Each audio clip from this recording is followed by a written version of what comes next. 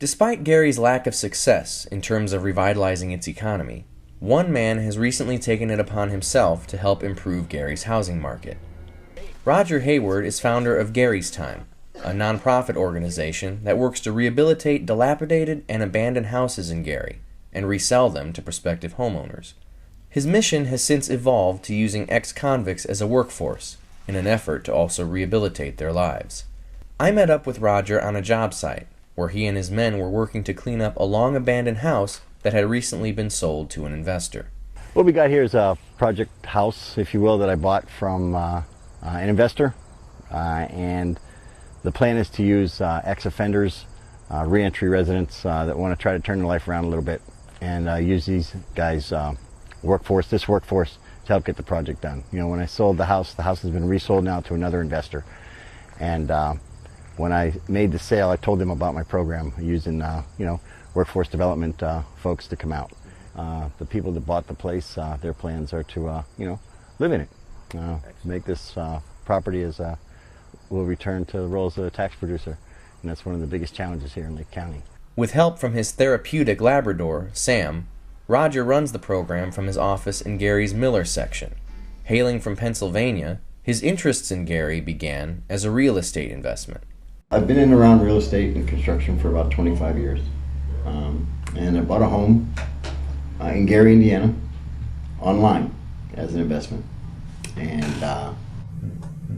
it was $1,000. So that, of course, looked like a good investment to anybody. And I bought it as a REO, bank-owned property. And what we ended up having to do was a land contract. And folks put some money down, made monthly payments, and those particular people finished up the program, and it worked. So I thought, well, okay, there's something to this. So I want to drive out to Gary. So I drove from Pennsylvania over here to Gary. It's about 10 hours. And ran into this house right here that's on my shirt. But there was this guy sitting on the porch, and there were these two girls kicking this muddy beach ball or whatever it was back and forth, laughing like life doesn't get no better. And it made me cry, Alex. I just broke down in tears. And so I said, Lord, what are you doing? And he said, just pay attention, and I'll let you know when I'm ready for you. So I went back to Pennsylvania. We bought a few more, and I started driving back and forth about 6 or 7 times maybe, starting to put people to work on the ground here, boarding up, cutting grass, that kind of stuff. I believe it's a calling on my life to be here. I've never felt more of a purpose for living, than trying to help turn this community around. Just doing as much as I humanly can do. From his office, Roger provides education, training, and real-world work experiences for his ex-offender workforce. Well, I'm learning. What we was doing, we rebuilding houses, like rehabbing houses. I'm learning how to do construction from like the ground up, basically. Teaching me, and he put me through school like EPA training and stuff like that. My ultimate goal is to get certified, like get a degree or something out of this, or get a good job, something I can call my own. I can just would never get locked up again, just work with for like 25, 30 years or something like that. That's my ultimate goal. Okay. And become a better friend with Roger, because he a good guy. He is. He helped us a lot. One of the things that you told me was Gary was suffering from a stagnant hope. What did you mean by that? A stagnant hope. There are a lot of people in Gary, in Northwest Indiana, not just Gary, but a lot of people in the region who for the last 40 years have seen nothing but demise. Gary was a banging metropolis. It was a place to be.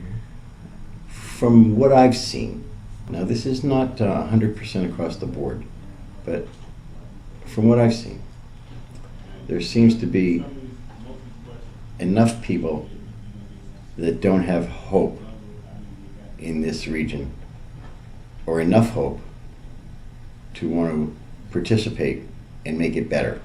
Because, again, just my experience is that they feel it doesn't matter what they do, nothing's going to change.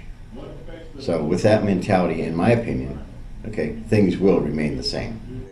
Roger invited me along to see a section of the city's Etna neighborhood, where he and his crew had been hired to clean out and rehabilitate a series of abandoned houses. The before and after images were stunning. Typically, this is what we walk into. This is what these houses look like. Every one of them. You know, every one of these houses look like this. You know, they strip out the copper. They strip out all the, you know, electric. They strip out, you know, the plumbing with this, or, you know, whatever they can take, you know, and then they leave trash like this. And this is pretty sad because a lot of these, look at this kid's toy over here. Just, you know, there it is. You know, so, you know, there's like whole lives just like left behind, Alex.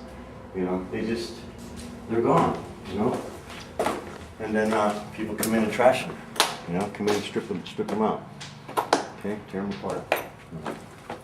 Look, here's, you know, kids' toys, videos. Look at this. Televisions, clothing. I mean, where'd these people go? This is their life. Just gone. They're gone. And then this house, for instance, we stripped the siding off completely and re-sided it. You know, new windows. Cap needs to be finished, obviously, on the windows yet. Then we'll put security doors on. Then we walk into you know, more of a finished, you know, more of a finished situation. But this house looked exactly like the one, you know, next door.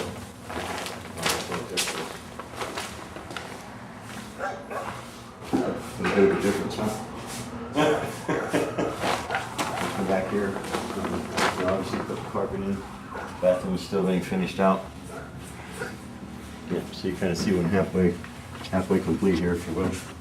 Back at the first job site, I asked Roger if just comprehending the sheer number of abandonments in Gary was a roadblock to his efforts of revitalizing Gary's housing market, including the burnt-out remnants right next door to the house being worked on. It is a barrier in terms of bringing new investment, you know, to Gary, because that's all they see. You know, negatives are more apparent in our society, Alex, and it is a barrier, okay, but it's only a barrier, okay, and if I let it beat me, then, you know, I might as well just go back to Pennsylvania, okay. You know, my plans are to help this girl, the buyer here, okay, get in touch with the city of Gary, and maybe we could make some plans that they could actually own a property and then somehow figure a way to get the building leveled, clear the lot, and at least take away the eyesore, okay.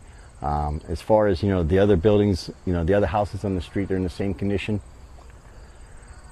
It's one house at a time, man, right? There are, you know, thousands of houses in Gary that are in not this bad a condition, but, you know, not livable, okay? This was one of them. While working one house at a time, and with Gary in such dire straits, the ultimate question to consider is it worth it? To me it is, okay, because to me what I'm working at is transforming lives, okay?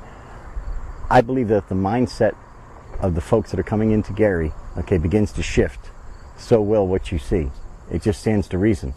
If they start to take, you know, pride in their backyards, in their neighborhoods, it has to change. So I believe that's why the offender workforce piece, you know, came together, Alex, because we're kind of dealing with, I'm not going to say the worst of the worst, but you're kind of dealing with ground zero people. You know, there's no place to go but up. And are we going to save them all? No. There's some knuckleheads, they ain't never going to change, you know, until they hit their bottom. You know, I had to hit my bottom before I was able to change.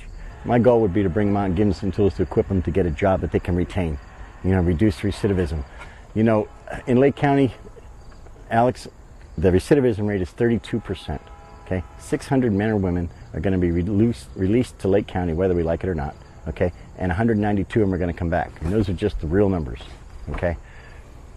If you want to do a little quick math, 192 men and women at $20,000 per year, per resident, per offender, that's $3.8 million. Okay, so Lake County is in effect investing in recidivism to the tune of $3.8 million. There's zero return on that. Okay, my thinking is let's invest in the tools and give these guys, help equip these guys and girls to you know, come out and stay out. Okay, if we can knock half of that recidivism rate over the next 3 years or so, that's $1.9 million. Right? You know how many jobs I can create for $1.9 million? So I'm going to say the answer is yes, because, you know, one life at a time, one project at a time, okay? And if we get enough people on board, you know, this will start to turn around. As we concluded the interview, 3 men from the neighborhood approached Roger separately and asked him about his organization and if they could be of any help. Okay, hit me on Facebook, all right? You can always follow what's going on there, all right? Message me, wherever, my email's on there, all right? I'm for real, all right? I'm for real. I'll call you every day. On the album. All right, do it. You'll see. All right, brother. All right. Yeah, man. Be cool. The answer is yes. Okay. You know, this is the kinds of things that, unless we were here doing it, we wouldn't have a chance to reach, you know, people. Okay. You know, from what I understand, this is one of the nastiest neighborhoods. Okay. Well, there ain't nothing wrong with these people. Okay. They don't want to do the wrong thing, but if they don't have the tools to do the right thing, what are they going to do?